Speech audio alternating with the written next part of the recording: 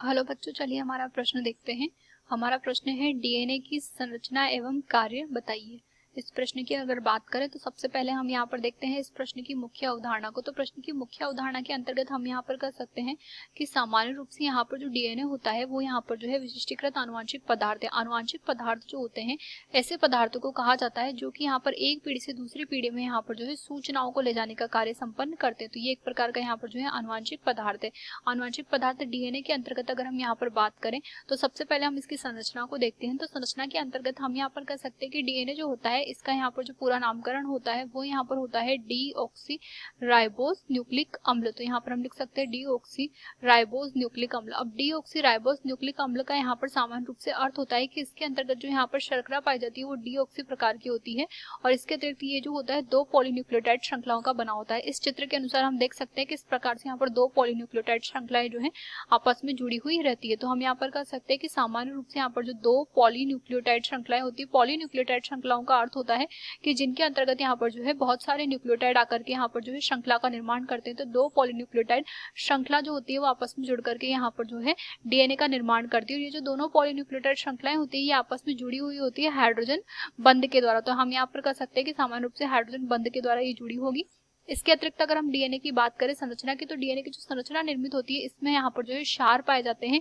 इसके अतिरिक्त हम यहाँ पर कह सकते हैं कि इसमें शर्करा पाई जाती है और ये जो शर्करा होती है वो फॉस्फेट से जुड़ी हुई होती है। तो यहाँ पर जो है फॉस्फेट ग्रुप भी पाया जाता है। हम यहाँ पर कह सकते हैं कि क्षार के अंतर्गत यहाँ पर डीएनए जो होते हैं उसमें यहाँ पर जो है प्यूरिन पाए जाते हैं और यहाँ पर जो है पायरिमिडिन भी पाए जाते हैं। अगर प्यूरिन व पायरिमिडिन की हम यहाँ पर बात करें तो इसमें हम कह सकते हैं कि प्यूरिन के अंतर्गत यहाँ पर जो है एडेनिन पाया जाता है, वो इसके अतिरिक्त यहाँ पर ग्वानिन पाया जाता है। तो एडेनिन व ग्वानिन जो होता है वो यहाँ पर प्यूरिन के अंतर्गत आते हैं। और पायरिमिडिन की अगर बात करें तो इसमें यहाँ पर सामान्य रूप से जो है साइटोसिन पाया जाता है। वो साइटोसिन के साथ में यहाँ पर जो है थाइमिन भी इसके अंतर्गत यहाँ पाया जाता है। हम यहाँ पर कह सकते हैं कि ये सब जो होते हैं यहाँ पर हाइड्रोजन बंध के द्वारा जुड़े होते हैं। जो एडेनिन होता है वो दो हाइड्रोजन बंध के द्वारा थाइमिन से जुड़ा होता है। जो ग्वानिन होता है वो तीन हाइड्रोजन बंध के द्वारा साइटोसिन से जुड़ा हुआ होता है। इस चित्र के अंतर्गत हम देख सकते हैं कि यहाँ पर साइटोसिन जो है वो यहाँ पर तीन हाइड्रोजन बंधों के द्वारा ग्वानिन से जुड़ा है और यहाँ पर जो एडेनिन है वो यहाँ पर थाइमिन से जो है दो हाइड्रोजन बंधों के द्वारा आपस में जुड़ा हुआ है।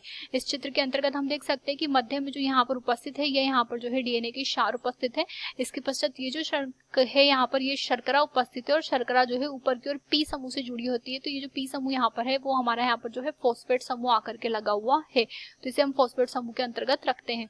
इसके पश्चात हम यहाँ पर कह सकते हैं कि सामान्य रूप से जो डीएनए के कार्य होते हैं उनकी अगर बात करें तो मुख्य रूप से यहाँ पर जो डीएनए कार्य करता है, पहले तो हम यहाँ पर कहेंगे कि इसकी वजह से यहाँ पर जो है कोशिका का विभाजन संभव हो पाता है। तो यहाँ पर हम कहेंगे कि कोशिका विभाजन में यहाँ पर सहायता प्रदान करता है। इसके अतिरिक्त हम कहेंगे कोशिका विभाजन से यहाँ पर जो पुत्री कोशिकाओं का निर्माण होता है, तो पुत्री कोशिकाओं में यहाँ पर जो है पैतृक कोशिकाओं की जो सूचना होती है वो ले जाने का कार्य भी डीएनए करता है। तो हम यहाँ पर कह सकते हैं कि सामान्य रूप से यहाँ पर जो है पीढ़ी दर पीढ़ी यहाँ पर सूचनाओं का स्थानांतरण जो है वो डीएनए के द्वारा संपन्न होता है। तो पीढ़ी दर पीढ़ी यहाँ पर सूचनाओं का जो स्थानांतरण हो रहा है वो डीएनए के द्वारा हो रहा है, यानी कि डीएनए यहाँ पर जो है वाहक के समान कार्य करता है। तो यहाँ पर हम कह सकते हैं कि डीएनए जो होता है एक प्रकार का यहाँ पर वाहक के समान कार्य करता है। वो सूचनाओं को एक पीढ़ी से दूसरी पीढ़ी में ले जाने का कार्य संपन्न करता है। इसके अतिरिक्त अगर हम अन्य कार्यों की बात करें तो हम यहाँ पर कह सकते हैं कि बाह्य रूप से डीएनए जो होता है वो यहाँ पर जो है फिंगर प्रिंटिंग जो होती है उसमें भी यहाँ पर सहायता प्रदान करता है। और इसके अतिरिक्त हम कहेंगे कि डीएनए के द्वारा यहाँ पर विभिन्न प्रकार की जो है जीन थेरेपी भी की जाती है। तो जीन थेरेपी में भी यहाँ पर ये सहायता प्रदान करता है, ये इसके अन्य कार्य है। तथा आंतरिक रूप से डीएनए जो है मुख्य कार्य जो होता है वो वाहक के समान कार्य करता है और सूचनाओं को पीढ़ी दर पीढ़ी स्थानांतरित करता है। आशा करते हैं आपको ये प्रश्न समझ आया होगा। धन्यवाद।